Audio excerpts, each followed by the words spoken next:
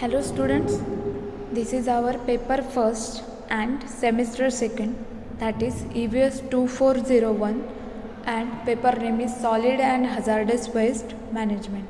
Okay, so last lecture we will discussing about our unit and our syllabus of semester second and paper first. Now today we will discussing and start our unit first, that is solid waste. Okay, so firstly we will learn about what is solid waste and characteristics of solid waste and classification. Okay, so firstly what is solid waste? Okay, so the term solid waste means materials such as household garbage, food waste, yard waste, and demolition or construction debris. Then solid waste are waste that are not liquid or gaseous. Then solid waste are all the discarded solid materials from municipal, industrial, and agricultural activities. Okay. So this is the terms of solid waste. Okay, so जे पण असणारं household waste असेल किंवा garbage असेल, food waste असेल, yard waste असेल किंवा construction debris असेल. Okay, so this is also the solid waste. Then जे पण असणारं लिक्विड जे असं वेस्ट की जे लिक्विड नाही आहे किंवा गॅस पण नाही आहे, सो त्याला आपण सॉलिड वेस्ट म्हणतो. And then next term is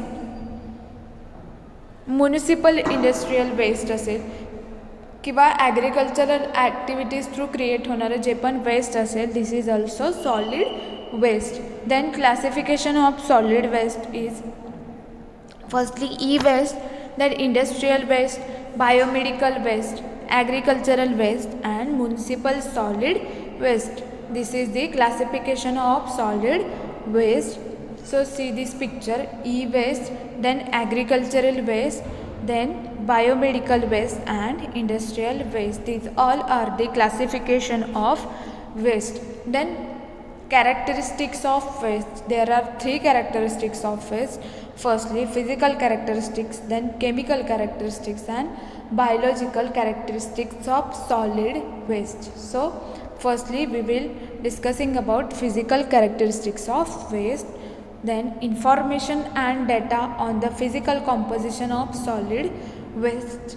These are important in the selection and operation of equipment and facilities and in the analysis and design of disposal facilities. So physical characteristics कशासाठी आपण check करतो किंवा जे पण असणारं solid waste आहे त्याच्यामध्ये जे पण असणारं फिजिकल कॉम्पोजिशन असेल त्याचं, सो तो जो डेटा आहे त्या थ्रू त्याचं जे पण डिकॉम्पोजिशन असेल किंवा डिस्पोजल करतो आहे आपण, तर ह्या सगळ्या फिजिकल मेथड्स यूज करून आपण त्याचं डिकॉम्पोजिशन असेल, डिस्पोज असेल किंवा त्याचं ट्रान्सपोर्टेशन असेल तर ते ॲनालिसिस केलं जातं. So two major physical characteristics density असेल, मॉइश्चर कंटेंट असेल किंवा वेस्ट पार्टिकल साईज असेल.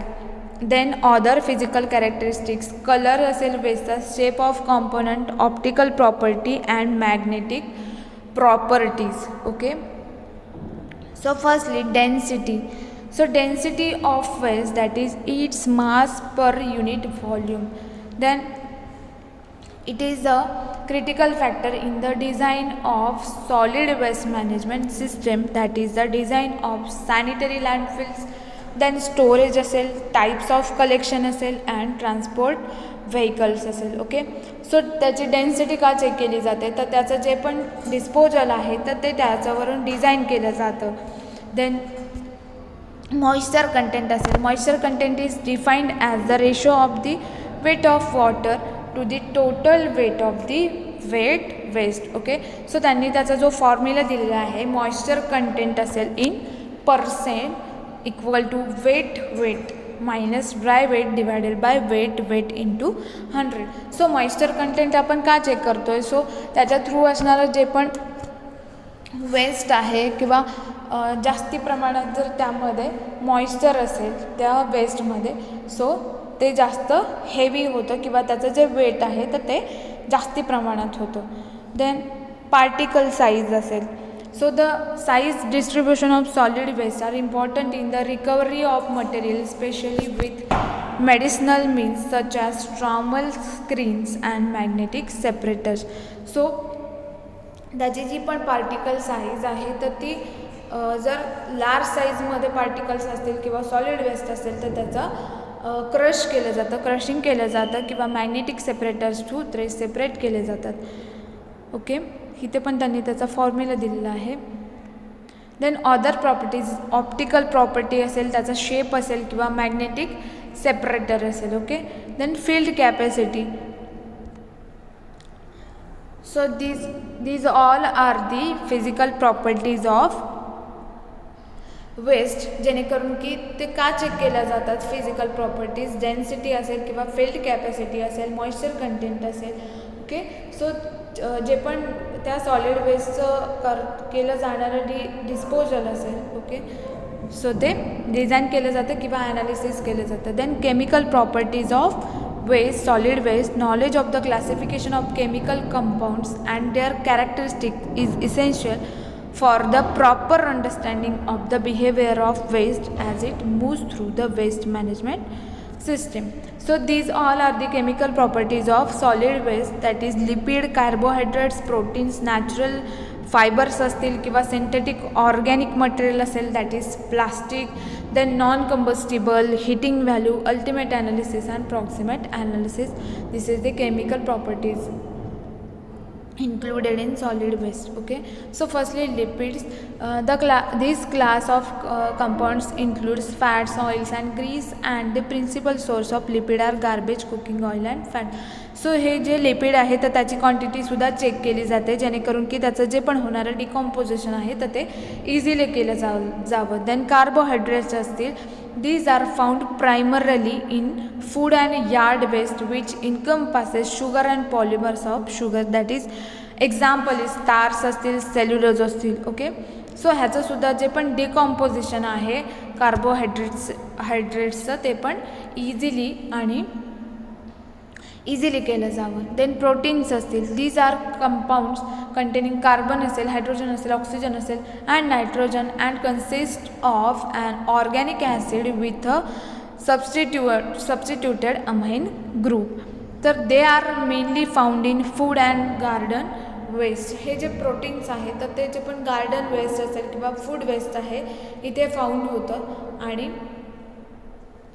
तर ते जे फूड असेल किंवा गार्डन वेस्ट असेल तर ते जे कुजले किंवा त्यामध्ये जे पण मायक्रो ऑर्गॅनिझम्स असतील, फंजाय असतील, बॅक्टेरिया असतील, तर ते त्याचं जेव्हा डिकॉम्पोजिशन करायला लागतात तेव्हा त्याचा जो स्मेल आहे तर तो अनप्लेझंट असतो. त्यामुळे प्रोटीनसुद्धा त्यामध्ये चेक केले जातात, जेणेकरून की त्याचं जे डिकॉम्पोजिशन आहे तर ते व्यवस्थित केलं जावं. देन नॅचरल फायबर्स असतील, these are found in paper products, food and yard waste. These are that are resistant to biodegradation. So हे जे पेपर प्रोडक्ट्स असतील किंवा वूडचे जे प्रोडक्ट्स असतील तर ते कंबस्टिबल सॉलिड वेस्ट आहे. इन केस त्याला जर आग लागली तर ते जे सॉलिड वेस्ट आहे तर ते पूर्ण जळून जाईल आणि त्याच्या थ्रू जे पण होणारं एअर पोल्युशन आहे तर ते खूप हायली असेल. देन हिटिंग व्हॅल्यू असतील, जसं की आपण इथे बघितलं नॅचरल फायबर्समध्ये की पेपर असेल किंवा वूड प्रोडक्ट जे असतील जर त्याला आग लागली किंवा ते कंबस्टिबल सॉलिड वेस्ट असतं. ओके, सो त्यामुळे त्याची जी हिटिंग व्हॅल्यू आहे वेस्टची तीसुद्धा चेक केली जाते. देन सिंथेटिक ऑर्गॅनिक मटेरियल असेल like plastic, they are highly resistant to biodegradation and therefore are objectionable and of special concern in solid waste management. Plastic हे लवकर डिग्रेडेशन होत नाही, त्याचं बायोडिग्रेडेशन होत नाही. त्याच्यामुळे प्लास्टिकचे जे पण डिस्पोजल आपण करतो तर त्याचं व्यवस्थित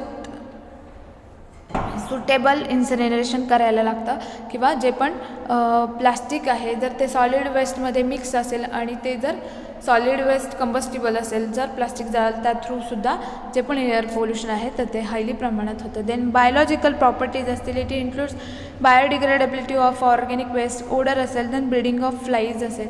सो बायोलॉजिकल ज्या पण प्रॉपर्टीज आहे volatile solid that is Vs content determined by ignition at 550 Celsius is often used as a measure of the biodegradability of the organic component.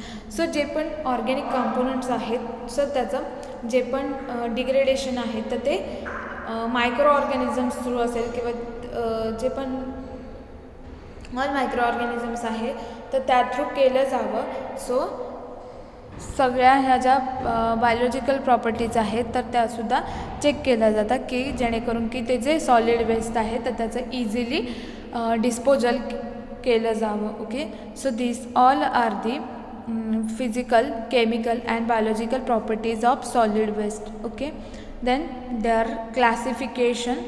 Okay, so आपण आजच्या लेक्चरमध्ये सॉलिड वेस्ट काय आहे किंवा त्याचे जे टाईप्स आहेत आणि त्याचे जे कॅरेक्टरिस्टिक्स आहे ओके सो ते आपण बघितलं आहे. थँक्यू.